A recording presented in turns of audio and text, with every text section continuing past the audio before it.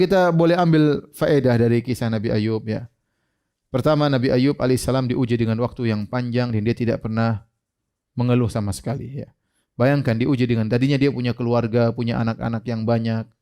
Lalu Allah ambil seluruh hartanya, Allah ambil anak-anaknya, semuanya diwafatkan oleh Allah. Hartanya dihabiskan oleh Allah Subhanahu wa taala. Bukan cuma diuji dari harta, tubuhnya pun diuji dengan banyak penyakit. Kemudian penyakitnya pun bertahan lama, bukan sehari, 2 hari, bukan sebulan, 2 bulan, penyakitnya 7 tahun, bahkan dalam riwayat Anas tadi 13 tahun. Maka semua orang meninggalkan dia. Kalau orang sakit, akan datang orang menjenguknya. Sakit biasa, seorang datang kepadanya. Sehari, 2 kali, hari pertama, hari ketiga. Namun sudah sebulan, sudah mulai jarang orang menjenguknya. Itu demikian kondisi masyarakat.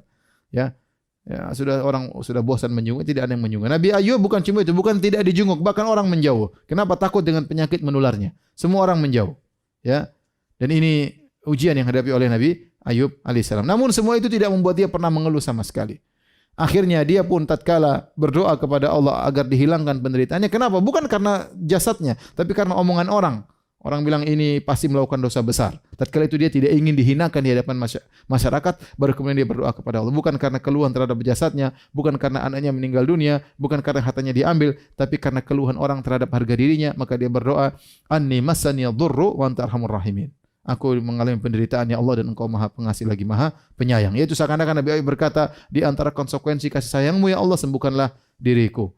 Dan Nabi Ayub dikatakan oleh Allah, inna wajadnahu sabiran. Kami dapati dalam kondisi bersabar. Oleh karenanya jika seorang ditimpa dengan musibah, dia boleh mengeluh kepada Allah. Ya, bukan mengatakan ya Allah kenapa kau timpakan kepada aku, tidak, tapi dia mengeluhkan kondisi dia, menunjukkan kerendahan dia, kemudian mengakui keagungan Allah agar disembuhkan. Ini boleh. Adapun berdoa, ya Allah kenapa kau timpakan aku musibah, ini enggak boleh. Tapi kalau ya Allah aku sakit, aku menderita, semua orang menjauhiku, ini boleh. Dilakukan oleh Nabi Ayub, dilakukan oleh Nabi Yakub, dilakukan oleh Nabi Muhammad sallallahu alaihi wasallam, menceritakan tentang penderitaan yang dia alami kepada Allah, bukan mengeluh. Itu tidak jadi masalah. Ya. Adapun mengeluh tidak boleh. Tidak seperti banyak orang yang mengeluhkan penderitaannya kepada manusia lain. Kita sebaiknya jangan demikian. Kita sembunyikan penderitaan kita, keluhan kita keluhkan kepada Rabbul Alamin. Orang kalau kita cerita penderitaan kita, dia paling bilang apa? Sabar ya. Sabar ya. Kemudian dia tidak bantu ya. Sebagian bantu pun terbatas ya. Kita serahkan kepada Allah. Allah akan bantu kita dengan caranya Allah Subhanahu wa taala. Apakah melalui orang-orang baik atau apa saja, serahkan kepada Allah Subhanahu wa taala. Di antara faedah yang bisa kita ambil agar kita bisa bersabar, ingat kenikmatan yang Allah pernah berikan kepada kita. Kita diuji mungkin tidak lama, sementara nikmat yang sudah kita rasakan sudah sekian lama, ya. Bayangkan tadi dalam Israiliyat tadi Nabi Ayub berkata kepada istrinya, "Kau sudah dikasih nikmat berapa? 80 tahun. Kita sekarang baru 7 tahun." Ya. Dan ini sangat penting ya. Oleh karenanya kebanyakan orang ya, kata Allah Subhanahu wa taala, innal insana rabbih lakanud. Manusia itu suka berkeluh kesah. Kenapa? Kata Hasan Al-Basri, yansan ni'am wa yadhkurul masaib. Suka ingat-ingat musibah dan nikmat-nikmat lupa. Kalau dikasih musibah itu yang diingat-ingat. Dia lupa kalau selama ini dikasih kenikmatan, selama ini dikasih kesehatan, selama ini dikasih harta yang berlimpah ruah. Mungkin dalam kondisi tertentu, dalam kondisi sulit ya tidak boleh dia mengeluh. Ya, saya contohkan kita ujian sederhana. Kita sekarang dapat pandemi dalamnya. Kita paling berapa bulan sih? 2 bulan, 3 bulan, 4 bulan, taruhlah setahun. Ya memang semuanya merasakan berat. Tidak ada yang merasa gampang. Ekonomi diuji, semua diuji, banyak masalah.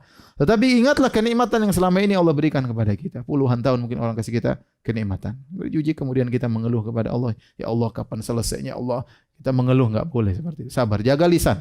Jaga lisan. Ya, kita semua ingin selesai, tapi jangan sampai kita mengeluh ya. Kemudian kita seakan-akan menyalahkan Allah. Ya, kenapa begini? Kenapa begini? Ya, kebanyakan orang seperti itu lupa dengan kebaikan yang ingat cuma adalah musibah-musibah. Doa yang terbaik adalah doa, faedah berikutnya, doa yang terbaik adalah doa yang menggabungkan antara pengakuan kerendahan diri dengan keagungan Allah Subhanahu wa taala. Lihat kata Nabi Ayub, "Anni masaniyadh-dhur." Ya Allah, aku ditimpa dengan penderitaan dan Engkau Maha Penyayang. Sama seperti Nabi Zakaria. "Rabbi inni wahanal azmu minni washta'al ra'su syaiba." Ya Allah, aku sudah tua, tulangku sudah lemah, rambutku sudah putih. Jadi seorang berdoa demikian, menunjukkan kehinaan dia ke hadapan Allah.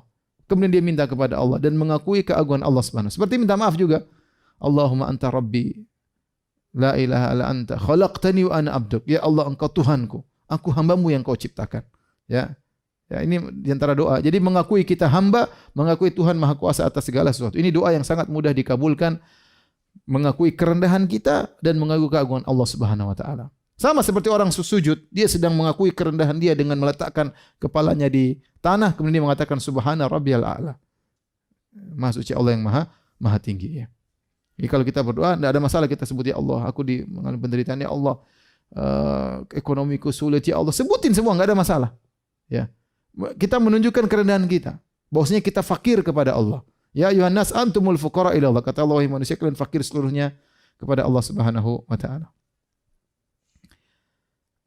Kemudian di antara faedah mukjizat Nabi Ayub. Nabi Ayub diberi mukjizat. Dia tendangkan kakinya keluar air tersebut air biasanya hangat, air tanah tiba-tiba dingin, kemudian bisa mandi dan langsung bisa diminum dan penyembuh penyakit bagi Nabi Ayub.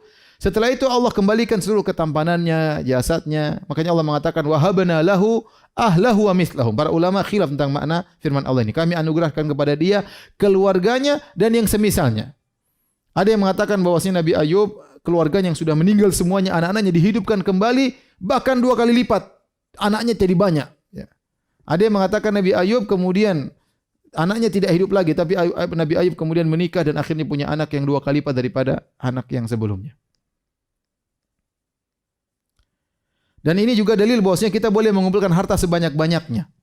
Nabi Ayub waktu dikasih belalang dia berusaha ngumpulin. Maka Allah bertanya, apa ya aku tidak cukup? Kata Ayub, bagaimana saya cukup dari keberkahanmu? Jadi mengumpulkan harta tidak mengapa selama digunakan untuk di jalan Allah Subhanahu wa taala. Nabi Ayub saja kasih belalang emas dia kumpulin. Kita apalagi ada gajah emas kita kumpulin. Tapi yang jadi masalah bukan emas tersebut kita simpan-simpan di rumah, di bawah tanah, di bawah tempat tidur. Itu jadi masalah. Jadi musibah hari kiamat kelak. Tapi emas tersebut kita gunakan untuk di jalan Allah Subhanahu wa taala, itu yang benar. Kata Nabi sallallahu alaihi wasallam, as-sa'i 'alal malah wal miskin. Orang yang membantu para janda, orang miskin, kal mujahid fi sabilillah, seperti orang berjihad di jalan Allah Subhanahu wa taala. Awil qa'im al-laila as-sha'im an-nahar. Atau seperti orang yang senantiasa salat malam dan senantiasa puasa di siang hari. Bayangkan, dia enggak puasa, enggak salat malam, tapi bantu janda. Bantu orang miskin. Dia enggak puasa, enggak salat malam, tapi pahalanya seperti selalu salat malam dan selalu puasa sunnah. Apalagi dia sudah bantu para janda, kemudian dia puasa lagi. Jadi, bantu janda pakai apa? Pakai ganteng doang? Enggak, pakai duit.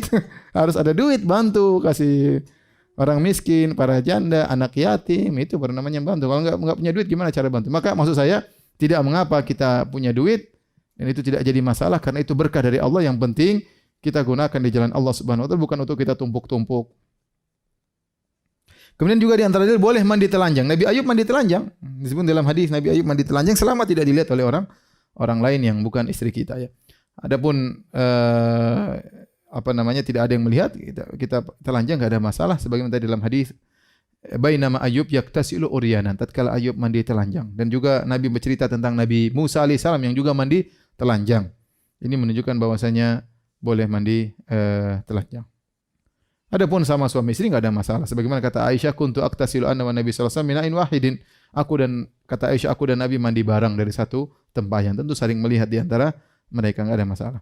Kemudian yang faedah berikutnya, berusaha untuk menunaikan janji. Nabi Ayub berjanji, saya akan mencambuk engkau wahai istriku 100 kali. Maka Allah tidak ingin janji Nabi Ayub dibatalkan. Maka Allah kasih solusi, caranya ngambil ranting-ranting, dikumpulkan kemudian dipukul sekali kepada istrinya. Kemudian di antara faedah dari kisah ini, bagaimana setianya istrinya Nabi Ayub alaihissalam. Ini istri yang solehah, istri yang bisa kita lihat solehah tatkala dalam kondisi susah. Ya, subhanallah, sebagian orang, ya, ada orang subhanallah dulu kaya raya, kemudian tiba-tiba dia miskin, tiba-tiba ekonominya jatuh, istrinya tinggalkan dia, istrinya kawin lagi. Dan itu ada kejadian di antara kawan-kawan kita. Ya, oleh karenanya semoga Allah menganugerahkan kepada kita istri-istri yang solehah, ya, yang tetap sayang kepada kita dalam kondisi lapang maupun dalam kondisi susah. Jangan menjadi kalau ada uang abang disayang, ya, kalau tidak ada uang abang ditendang, ya. Abang diomelin tiap hari.